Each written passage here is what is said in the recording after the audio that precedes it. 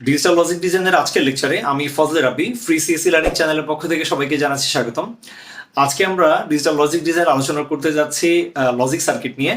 তো এই সার্কিটগুলোর জন্য যে লজিক গেটগুলো দরকার সেই গেটগুলো নিয়ে একটু আলোচনা করব। তো প্রথমে বলে নেই যে এই যে লজিক গেটগুলো এগুলো সাধারণত বিভিন্ন ইন্টেলিজেন্ট ডিভাইস বলি বা ডিজিটাল ডিভাইসগুলি সেগুলোর ডিভাইস বলে থাকি, সেগুলোর ভিতরে যে ইন্টারনাল ইন্টিগ্রেটেড সার্কিট থাকে সেই সার্কিটগুলোর মধ্যে এই লজিক গেটগুলো সাধারণত ব্যবহার করা হয়, কোনোটা কম বা বেশি, কিন্তু প্রত্যেকটার জেনারেল কিছু পারপাস আছে।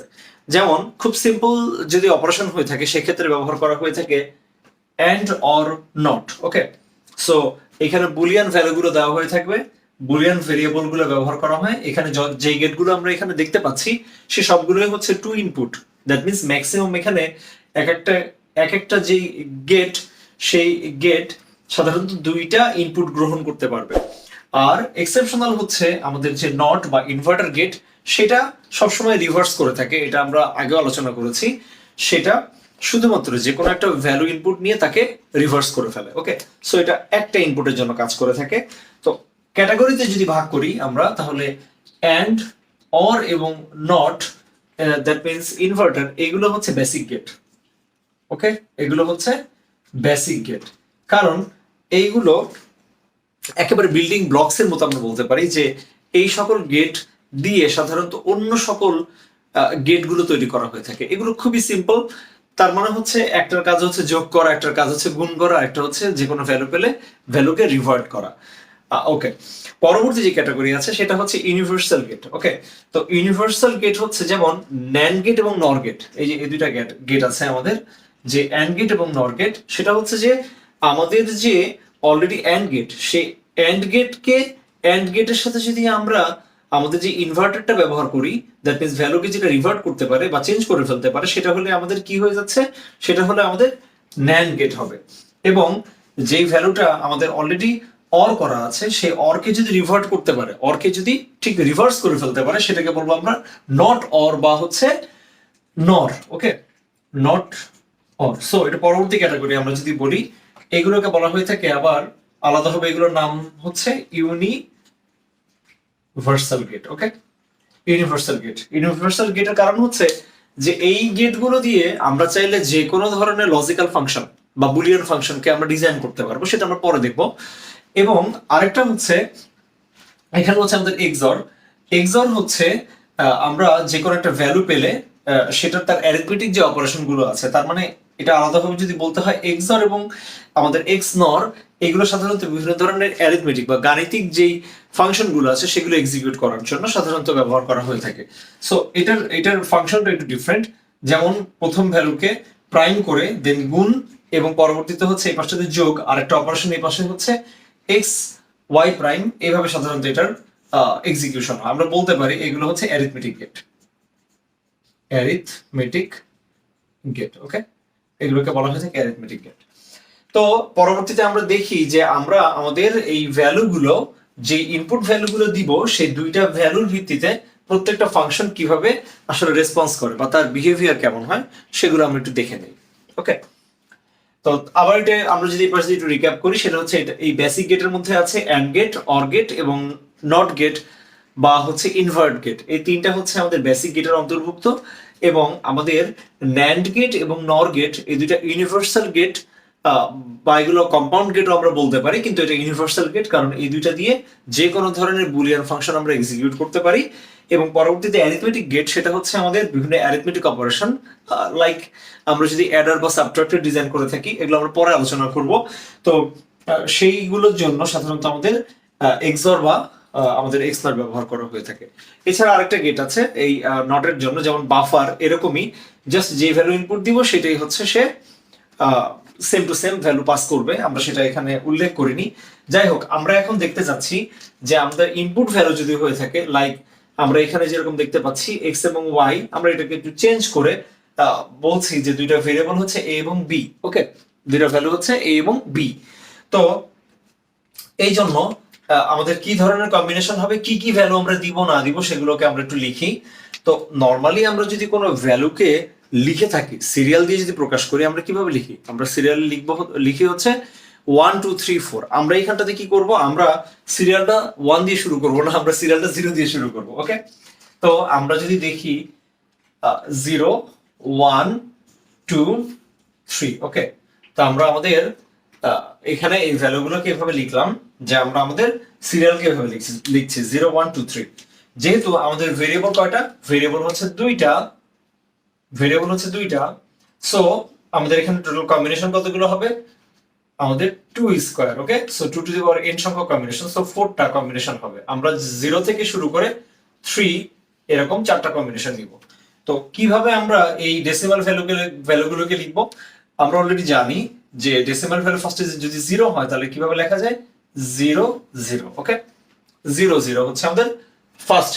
পরবর্তীতে হচ্ছে 1 1, কিভাবে লেখা যেতে পারে, ফার্স্টের ঘরে 0 মোস্ট সিগনিফিকেন্ট বিটে, পরের হচ্ছে 1।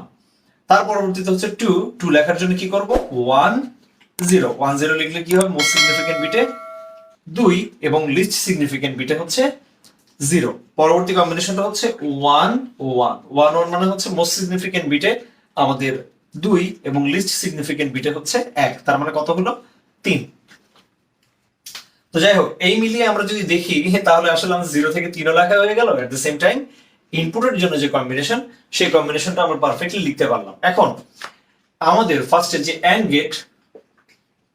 গেট কি করে, এন্ড গেট হচ্ছে a এবং b কে গুণ করে। সো আমরা যদি দেখি 0 এবং 0 এর গুণে 0, 1 এবং 0 এবং 1 এর গুণে 0, 1 এবং 0 এর গুণ 0 এবং 1 এবং 1 যদি আমরা গুণ করি সেক্ষেত্রে কত পাচ্ছি, 1। তার মানে শুধুমাত্র যদি দুইটা ভ্যালু 1 হয় সেক্ষেত্রে এন্ড গেটে আমরা ভ্যালু পাবো হচ্ছে 1। এবার দেখি আমাদের যে পরবর্তী গেট সেটা হচ্ছে যে অর গেট, মানে যেটা যোগ করবে সেটা কি করে, 0 এবং 0 যদি যোগ করি সেক্ষেত্রে আমরা পাচ্ছি 0, 0 সাথে যদি 1 এর যোগ করি তাহলে কত পাচ্ছি, 1, 1 এর সাথে যদি 0 যোগ করি 1, এবং 1 এবং 1 এর যদি যোগ করি সেক্ষেত্রে 1। এটা অবশ্যই মনে রাখতে হবে, কারণ আমাদের যেহেতু এটা বুলিয়ান, এই আউটপুট ডিজিটাল লজিক গেটের আউটপুট হচ্ছে কমপ্লিটলি বুলিয়ান। সো বুলিয়ানটা কি করে, যে দুইটা ভ্যালুর কম্বিনেশনে একটাই আউটপুট আনে। তা আমরা যদি 1 0 1 এবং 1 যোগ করি সেক্ষেত্রে যোগ করার পরে কি হয়, 1 0 হয়ে যায়। আমরা জানি 0 সাধারণত আমরা রেখে দেই এবং 1 কে ক্যারি, এখন ক্যারি করার সুযোগ নেই। আমাদের মনে রাখতে হবে যেহেতু বুলিয়ান লজিক 1 এবং 1 যোগ করলে 1ই আসবে। ওকে, সো এখানে 1 লিখলাম।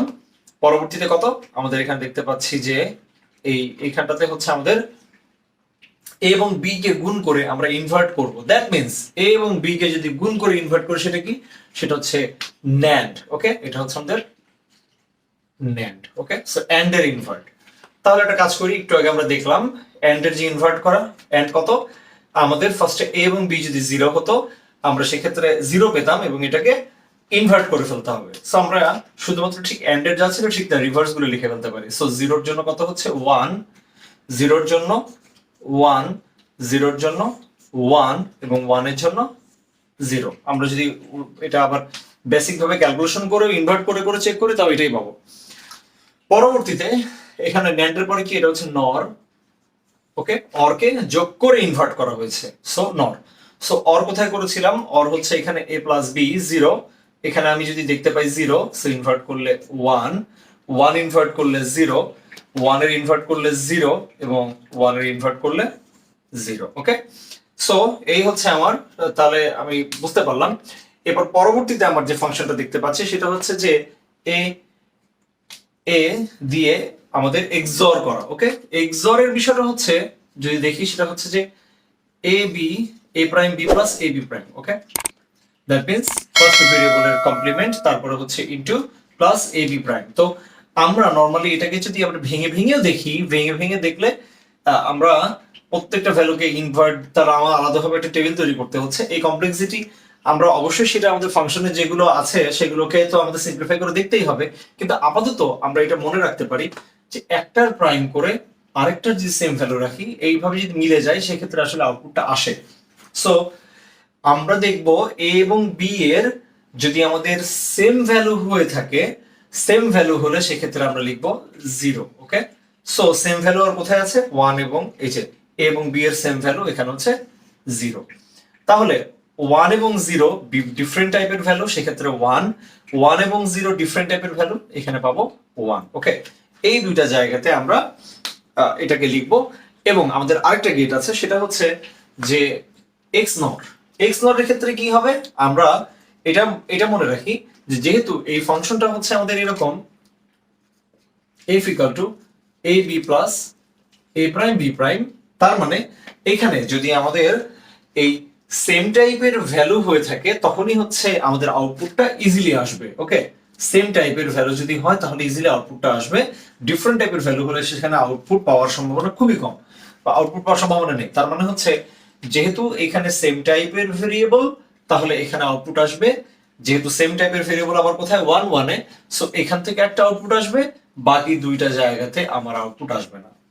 তো মোটামুটি এখানে আমরা আমাদের যেই বেসিক যেই লজিক গেট, তারপরে হচ্ছে আমাদের ইউনিভার্সাল গেট এবং আমাদের অ্যারিথমেটিক যে গেটগুলো ছিল, টোটাল এই আমাদের সবগুলো গেট নিয়ে আলোচনা করেছি, যেখানে টু ভেরিয়েবল এবং দ্যাট মিনস টু ইনপুটের কম্বিনেশন এবং তার ট্রুথ টেবিলে যে চারটা ভেরিয়েবল হয় সেগুলো আমরা আজকে আলোচনা করলাম। নেক্সট লেকচারে আমরা ভিন্ন কোনো টপিক নিয়ে আলোচনা করবো। ততক্ষণ পর্যন্ত সবাই ভালো থাকবেন, সুস্থ থাকবেন। সবাইকে ধন্যবাদ।